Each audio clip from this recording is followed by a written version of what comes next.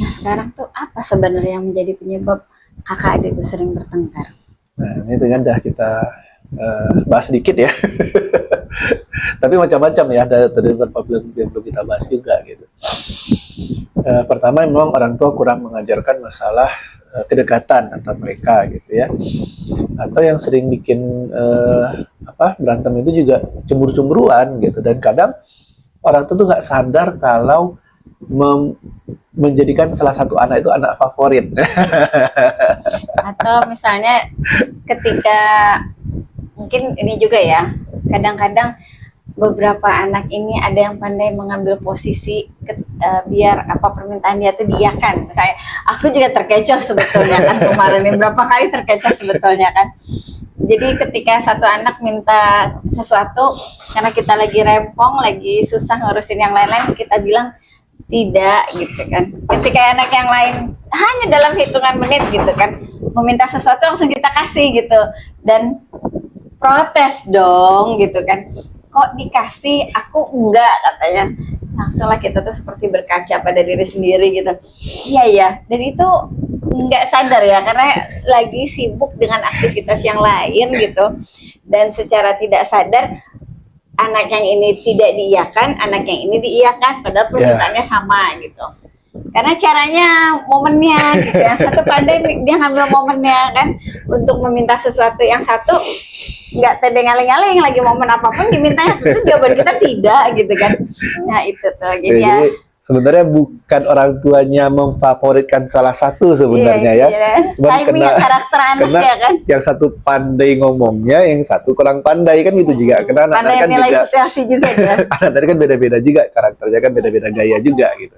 Ada yang nggak peduli uminya lagi ngapain langsung minta barang gitu kan. Ada yang dikondisikan dulu uminya baru dia minta gitu kan. Dia baca dulu kondisi uminya baru dia sampaikan keinginannya gitu. Nah, kadang ketika ini terjadi terus-menerus, orang tuanya nggak nyadar kalau dia selama ini mengiyakan yang satu, mentidakkan yang satu lagi, gitu.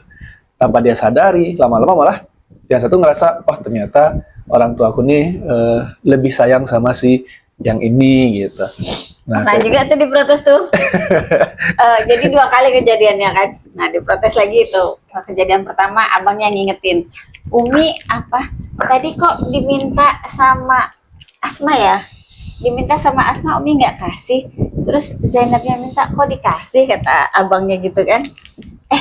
Iya ya abangnya, iya katanya. Astagfirullah, akhirnya Uminya koreksi diri kan, minta maaf keduanya, terus mencoba membagi secara adil gitu kan, keduanya mendapatkan porsi yang sama gitu kan. Ya itu yang terjadi, dan ternyata abangnya juga pernah bilang juga, kayaknya pernah deh abang ngalamin ini katanya. Jadi bukannya kita membedakan ya, lagi nggak nyadar, lagi nggak nyadar aja gitu, lagi nggak nyadar, terus timingnya pun ya timingnya nggak cocok gitu ketika berbeda timing, berbeda cara, hasilnya kan beda juga gitu loh. Ya, jadi, nah tapi kan kalau anak itu udah terbiasa komunikasi gitu ya, enak ya.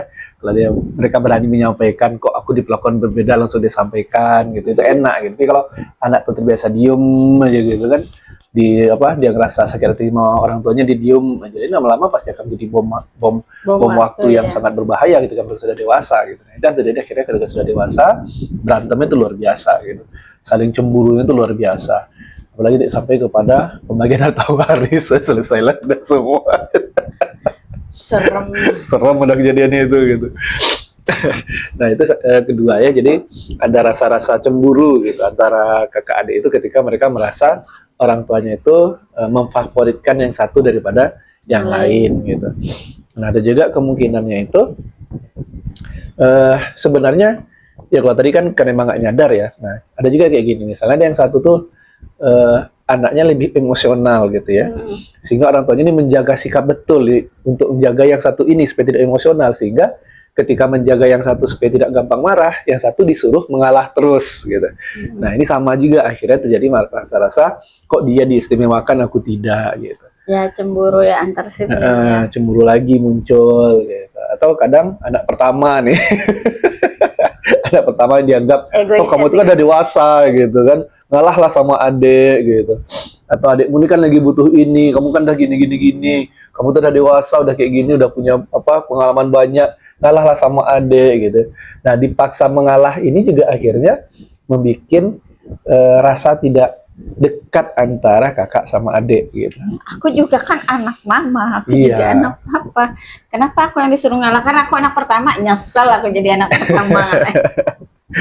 Nah, jadi ya itu ya kondisi-kondisi orang apa yang sering terjadi kesalahan orang tua itu Mm-mm. ketika mereka mendidik anaknya tidak mampu berkomunikasi dengan baik dan lancar, terus menimbulkan perbedaan di antara anak-anaknya, sehingga